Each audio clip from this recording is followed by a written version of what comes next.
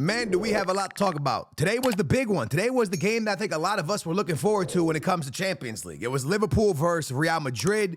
There was other good games, Sporting Juve. There was Bayern versus PSG. There was a lot of great games. But the Liverpool-Real Madrid one, for me, really, really stood out. And I think for you guys as well, that would be the game that really caught your eyes with this, weekend or this week.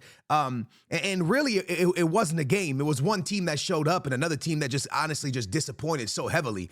And I say that in the nicest way possible. I'm not trying to every time Real Madrid loses, start to bash them, because Real Madrid have been absolutely phenomenal this season, and Xabi Alonso's doing absolute phenomenal work this season. And then on the other side, you have Liverpool, who has an up and down season. And then you get this Real Madrid that's been clicking on all cylinders, and everybody's thinking that they look absolutely phenomenal, and they go to Anfield and they drop just one of the most horrific games this season. It just wasn't a good game this season. I can't name many players on the field that were great today. Besides, if it wasn't for Courtois, I think Liverpool win this game by a lot. I think Liverpool deserved to win this game by a lot. If this game ended 4-0, I wouldn't have been surprised. Liverpool was the best team on the field. Liverpool outperformed them in every level, and Liverpool deserved to win by more goals. If we're being truly honest with each other, Courtois was phenomenal in this game because it would have got out of hand quickly. To look at Real Madrid, and there's something I really want to discuss, two things. The first thing is I've been seeing a lot on social media where people after that Carreras goal are sending me messages being like, oh yeah, talk now.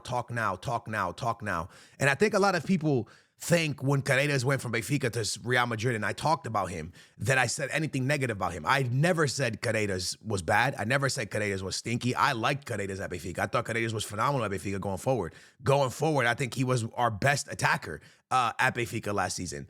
Defensively is where I said that he would struggle a little bit. And a lot of people are like, oh, that because I said that I'm saying something negative. No, if you watch today, against Mo Salah, there was many chances or many plays towards the end of the game where he goes to ground too quickly with sliding tackles, and it let Mo Salah be free. Mo Salah had a chance to score maybe 2 or 3 goals at the end of this game because Carreras went to ground too quickly. Am I saying Carreras is a bad player by saying that? No, he's a young player that has not much Champions League experience, not much European experience, European football, and he's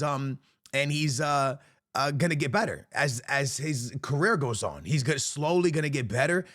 Do I think when Ramos was young, he went to ground too soon? Yes. Do I think that this is what happens with young players? Absolutely. I never once said anything bad about the kid. I think the kid's an amazing player. I think he's a phenomenal player. I just think that there's a lot of developing he has to do defensively. So for anybody who saw the clip and try to be like, oh, Skills said this, Skills said that, Skills never said nothing like that, bro. Skills said Carreras is a phenomenal football player going forward. Defensively is where he would struggle a little bit. And then in the same time that I said that, I was like, but remember that he did really well against Lamine Yamal in 3 games. So you get this Real Madrid today that just comes off of this El Clasico massive win.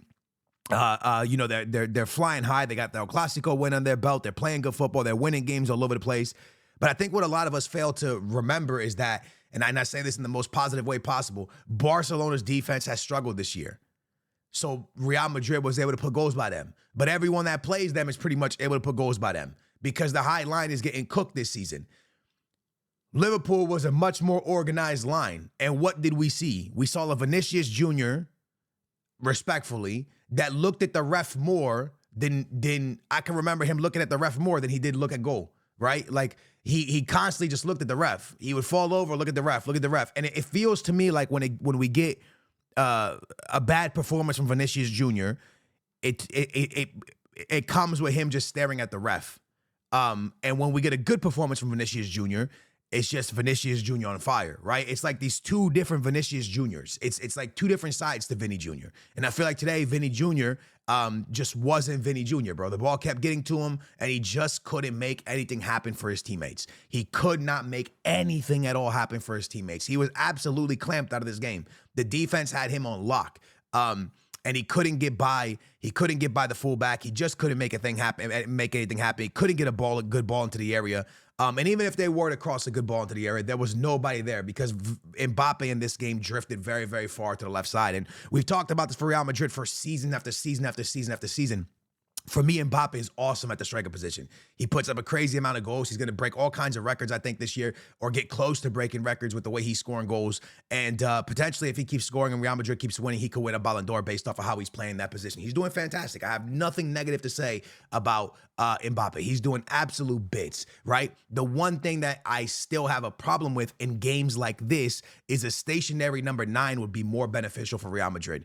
Why? Because when you face a team that has really good players, really good organized defensively, can attack you really well, you need someone that can hold the game up. And Mbappe's not a hold-up number 9. Mbappe's not that. Mbappe wants the ball on his feet or a through ball, and he wants to run onto the ball. That's what Mbappe does, and that's what Mbappe's great at. That's what makes Mbappe Mbappe. But in a game like this, having someone that can hold the ball up and distribute the ball and a Benzema type player is so needed. And to win the Champions League, this is such an important position, right? Such an important piece. Having that, being able to play off of that. Because even that first year of Jude Bellingham, when he was playing like that 9 role, he's a big guy, man. He can hold the ball up. You could play off of him when he was kind of playing that more forward role for Ancelotti. He was scoring a lot of goals, but you could play off of him. And I feel like right now, Real Madrid doesn't have that play off of him. Mbappe's absolutely amazing, but he's not the hold up play off of him number 9. So I think that it causes a lot of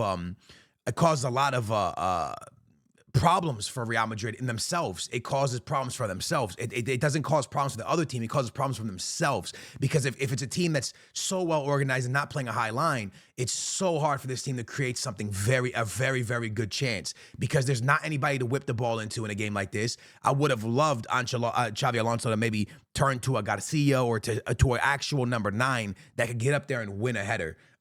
Or maybe even moved Jude Bellingham higher up the field or something, because it just felt to me like there was never anybody in the box for a ball to get whipped into. I remember late in the game, Trent hasn't played much for Real Madrid, right? But when he played for Liverpool, he kind of did what he always does. The ball gets passed to him. It's pretty much the last attack of the game, and he just whips it into the box because he's thinking there's going to be people in there. When he whips the ball into the box, there's one player. There's literally one player in the box. There's nobody to hit. He just whips it just to whip it. There was never anyone there to do anything with it. And it happens so much for Real Madrid games when they're in really, really hard games. They have nobody to whip the ball to. So, again, it's not, one loss, let's bash Real Madrid. No, it's the problems that have been there since last year for this Real Madrid team. They are much better this season. They are a way better organized team. Their defense is way better. Courtois is playing unbelievable. The team is extremely better. They're a great football team, but they still have little problems that are going to haunt them, especially in Champions League against bigger teams.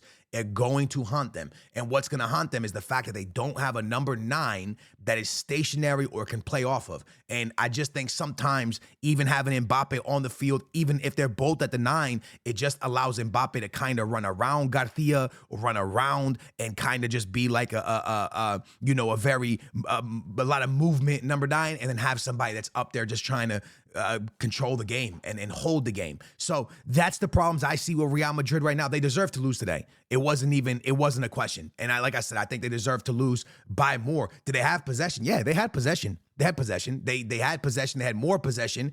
But when you look at the shots on target, I think were crazy. I don't know the stats exactly, but I watched the game and it wasn't, 15 shots for Liverpool. 10 of them were on target. 7 shots for Madrid. 2 of them were on target. So the fact that you outpassed Liverpool, the fact that you had more possession than Liverpool, your pass accuracy was better, that's all fine. But you did nothing with it. You were passing around the midfield and the back. You did nothing. They never really shot on goal like that, right? So again, it's not a big deal. This is not a race. It's a marathon in the Champions League now. It's a league table. They're still in the top 5 for now. They're having a great season all around. But this, for me, was a very, very, very, very poor Real Madrid today. I don't think they really set this game up the right way. You know what I'm saying? Like, it just wasn't. It felt like nothing would come off for Mbappe today. It felt like every move he made just didn't really fall his way the way he wanted it to. The same can be said about Vinicius Jr. I feel like he got very, very, very much clamped out of the game. So again, Real Madrid, a phenomenal team, but they just matched the team that was very well organized. and they did enough to beat them. Speaking of other games, and there's some real shockers. Napoli-Frankfurt tie 0-0. Arsenal continues their domination and win the 3-0. And again, this Arsenal team we're going to have to start talking about them very soon. I know I always say I never trust them, but I'm starting to trust them, bro. They're starting to win a lot of games in a row, bro. Atletico Madrid wins 3-1. Liverpool beats Real Madrid. Copenhagen loses to Spurs. And let me tell you something. Van de Ven in this game, I don't know if you guys saw the goal, but Van de Ven steals the ball in the back, runs the entire field by himself, and scores a center back. This goal from Van de Ven is stupid. It's dumb. It's amazing. It's phenomenal, bro. That thing needs to be up for some type of reward. He literally intercepts the ball in his own box, and he runs the entire field through the entire Copenhagen defense and scores by himself. It's unbelievable, bro. A freaking just takes off running in a straight line, cooks the midfield, keeps running, and scores, bro. It's crazy. Olympiacos ties to PSV. Juve and Sporting tie. I'm pretty disappointed in this one for Sporting as well because Juve's been in a very, very tough place lately. And Juve really, really outperformed when you look at the stats. 19 shots, 10 on target. Sporting 5 shots, 2 on target. You would think that Sporting would have been able to get a better result here against Juve just because they've struggled lately. But Juve got the tie right there. And then the PSG Bayern one. This one's a big shocker, lads. Bayern wins the game even with the red card. So as Bayern was winning, they scored in the 4th minute and the 32nd minute. João Neves, my little Benfica man, scores in the 74th minute to make it 2-1. And then Luis Diaz gets a red card in the 47th minute, right? And then it's just kind of domination, bro. 25 shots for PSG, 10 on targets, 9 shots for Bayern, 4 on target, 65% possession. Nuts, bro. This PSG team that looks untouchable loses today to a Bayern. And it doesn't really change my opinion on PSG because Bayern is always them.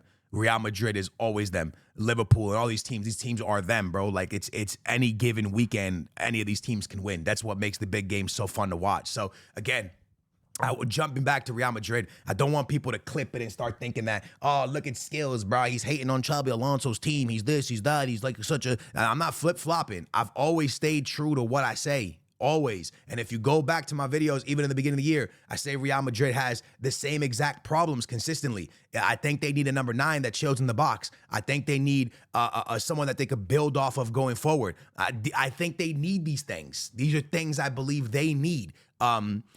It's not hate. It's not me disrespecting him in any way. I think Mbappe is an awesome number 9, but I think some games you need more of that stationary number 9. Yo, bro, listen, I'm going to tell you something right now. This is going to be a real hot take that a lot of people are going to make fun of me, and they're going to laugh at me, and they're going to whatever me, but I'm going to say it just like this, and you guys can say whatever you want.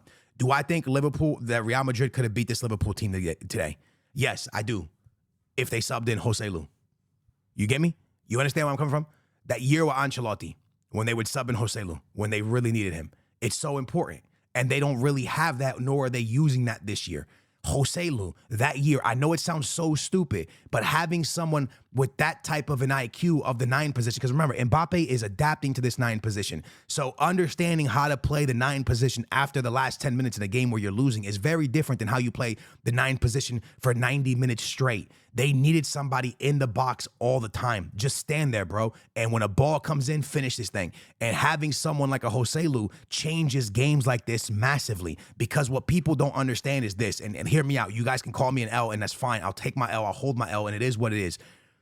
When you have a number 9 that center backs are scared of, you have to track him. So if Joselu would run into the box, I'm not saying anybody's scared of Joselu, but I'm just giving you an example. If Joselu would run into the box, VVD has to track him. And if VVD doesn't track him, Joselu's going to be free. You can't leave Joselu free in the box. So a center back is going to track him. What does that do? That now leaves space for Vinicius Jr and Mbappe to run into. It causes mismatches. But when Vinny's on the left wing and Mbappe's on the left wing, what are the 2 center backs doing? They're guarding nobody. They're just making sure their line is nice and straight. They're making sure they're communicating perfectly. They're making sure that they're watching what the left back and the right back are doing against these wingers, and they're making sure that everything is steady. They're allowing the midfield to come and help them. Everything is in front of them. There's nothing to worry about behind them. There's nothing to worry about people coming in. Nothing. Everything is extremely in front of them. So they're just watching and they're looking and they're seeing everything is organized. The line's straight. No one's behind us. Okay, we're chilling.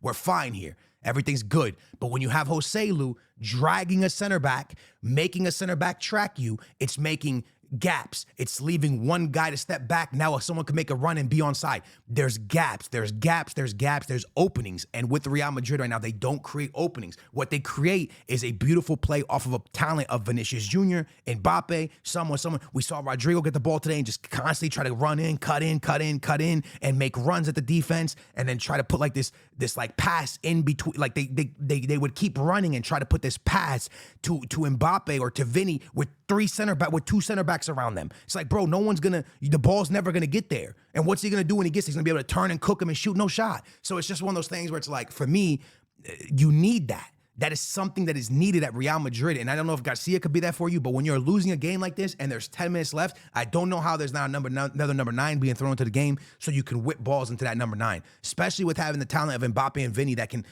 break someone and put a ball into the box, you know? That's how I see it. Anyways, been your boy Skills. I love you guys, man. Thanks for watching. That's my breakdown of today's Champions League. We're back tomorrow for another Champions League one. But until then, y'all stay safe, y'all stay beautiful, y'all stay amazing. Love y'all. Catch you in the next one.